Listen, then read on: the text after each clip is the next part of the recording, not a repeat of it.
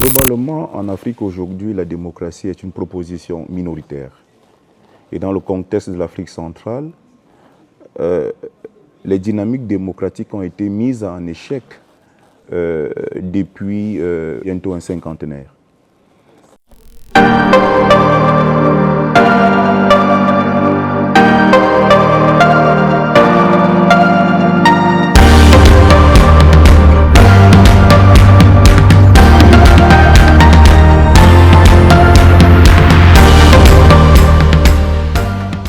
Vous travaillez beaucoup sur le concept de démocratie et tout à l'heure, le professeur Achille Bébé a fait une leçon sur la démocratie substantive. Quelle est pour vous la définition de la démocratie substantive? Merci pour cette question. Je tiens d'abord à préciser que le concept de démocratie substantive qui est porté par la Fondation est encore en construction de sens. Et donc, toute définition que l'on peut donner à ce moment précis ne peut être que un consensus provisoire.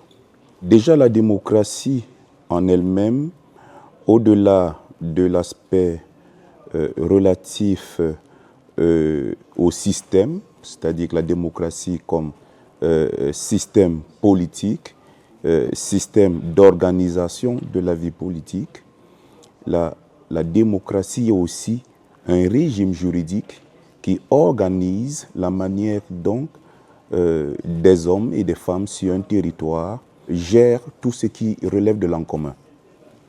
Au-delà donc de ces acceptions à la fois institutionnelles et juridiques, la démocratie est un régime de vie. C'est la compréhension de la démocratie comme régime de vie, comme manière d'organiser la vie en communauté entre les différentes composantes d'une société, à la fois les composantes humaines et les composantes non humaines, qui nous permet de faire un lien avec le concept de démocratie substantive. Une démocratie substantive serait donc, dans cette perspective, une organisation sociale, politique, culturelle, sur un espace donné qui prend en charge, dans l'intérêt de l'ensemble des composantes de cette société, leurs besoins vitaux, leurs besoins de vie et construire un projet de civilisation dans lequel l'ensemble de ces composantes décident du régime de vie et de la construction de l'avenir. C'est une démocratie qui s'appuie sur les valeurs qui constituent l'éthos de la société. Dans le contexte africain, ce sont des valeurs de vie, de respect du sacré, de respect du vivant, de sacralité de la solidarité, de la communauté et de la compréhension de l'imbrication dans l'odyssée humaine de l'ensemble des composantes qui constituent la communauté. Et donc c'est une démocratie de la substance, c'est une démocratie des valeurs. Il y a donc là une dimension axiologique fondamentale qui fait que la question relative à l'utilité du système, à l'efficacité du système politique, deviennent des questions accessoires. C'est une démocratie qui se construit donc sur le consensus permanent de l'ensemble des composantes de la société.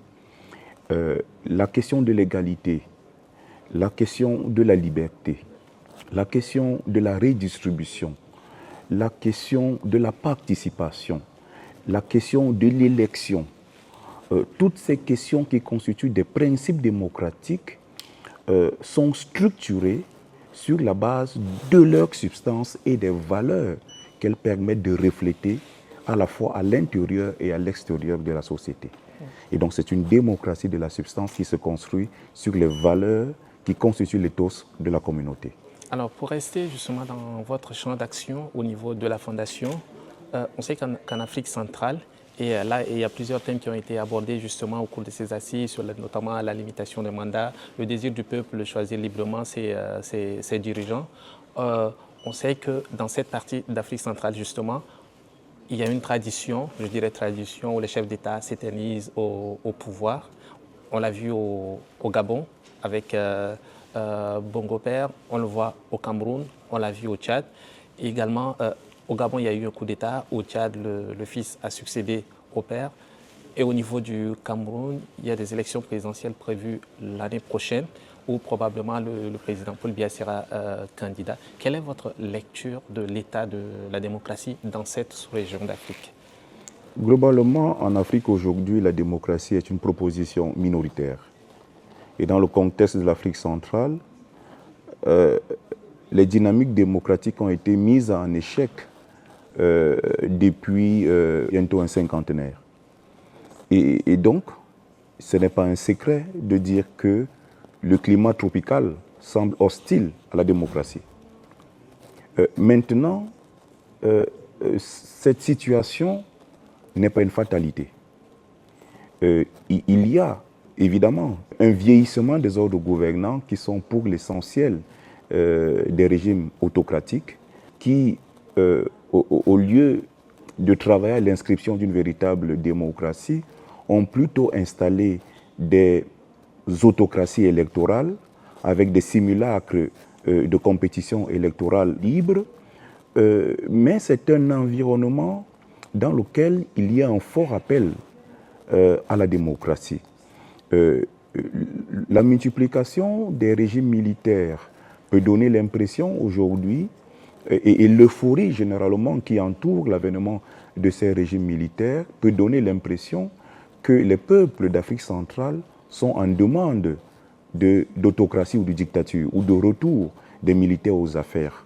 En réalité, c'est une expression d'un désarroi, d'une désespérance et d'une déception vis-à-vis des régimes civils.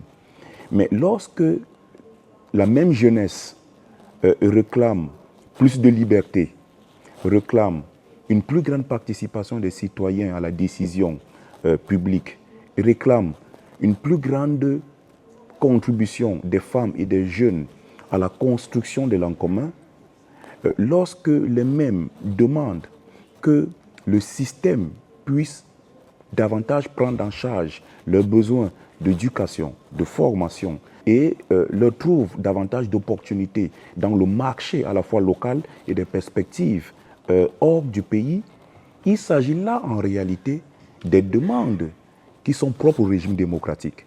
Il y a donc comme une dissonance entre les manifestations de joie et les attentes effectives de la population.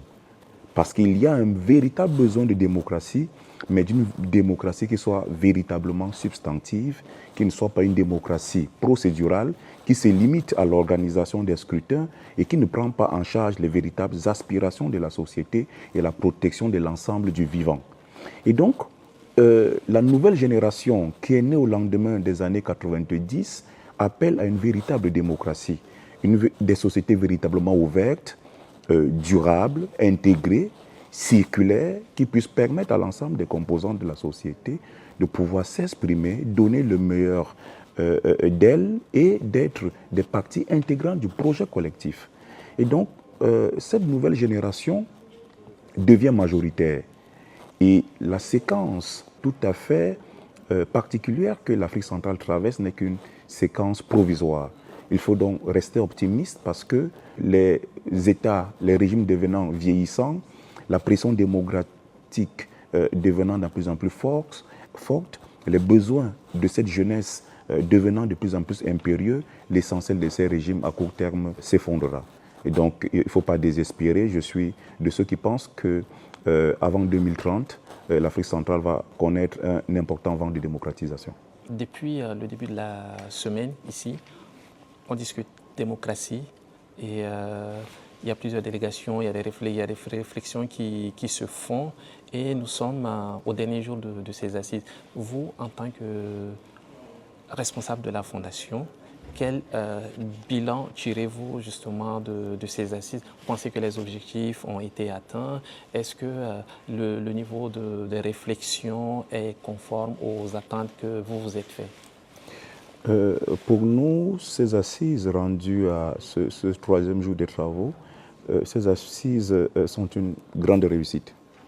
Déjà du fait du nombre de participants, record pour les activités de la Fondation. C'est la première fois que nous mobilisions près de 150 personnes sur un même site pendant 3 jours de travaux. Et donc du fait de la mobilisation, c'est déjà une réussite extraordinaire. Maintenant, c'est aussi une réussite du point de vue de la substance même des travaux, de la qualité des discussions qui ont lieu depuis 2 jours maintenant, que ce soit dans les sessions inaugurales, les sessions ouvertes, les discussions autour de l'arbre à palabre ou notre actualité, que ce soit dans les discussions plus ciblées, dans les groupes thématiques, les résidences thématiques, les ateliers d'intelligence collective ou les groupes de travail. Les informations qui nous reviennent de l'ensemble des rapporteurs nous permettent de dire, rendu à quelques heures de la clôture des travaux, que les résultats sont très au-delà de nos attentes et que des recommandations extrêmement importantes, des conclusions extrêmement riches et pointues sont en train d'être formulées et permettront de meubler non seulement la feuille de route de la Fondation pour l'exercice budgétaire 2024-2025, mais permettront de tracer des sillons extrêmement lisibles et indélébiles pour l'ensemble des grandes problématiques que traite la Fondation, que ce soit les questions de recherche, les questions de formation, les questions de renforcement des capacités, les questions d'accompagnement des collectifs qui travaillent sur les problématiques de la démocratie. Donc nous pouvons dire que nous sommes extrêmement satisfaits, ce d'autant plus que nous le disons depuis plusieurs semaines, depuis maintenant 1 an, le cœur de la transformation politique du continent, ce sera la formation. Ce sera le renforcement des capacités. Et vous avez vu qu'au cours de cette séquence, nous avons eu une cohorte de jeunes ambassadeurs et jeunes ambassadrices de la démocratie qui sont la génération sur laquelle la Fondation mise et construit sa stratégie. C'est en renforçant les capacités que nous aurons une jeunesse et une masse critique pour pouvoir transformer durablement l'environnement politique du continent. Ce sont les compétences démocratiques, à la fois savoir-faire et savoir-être, qui nous permettront d'avoir une jeunesse qui soit à la hauteur des défis de notre continent et de notre temps.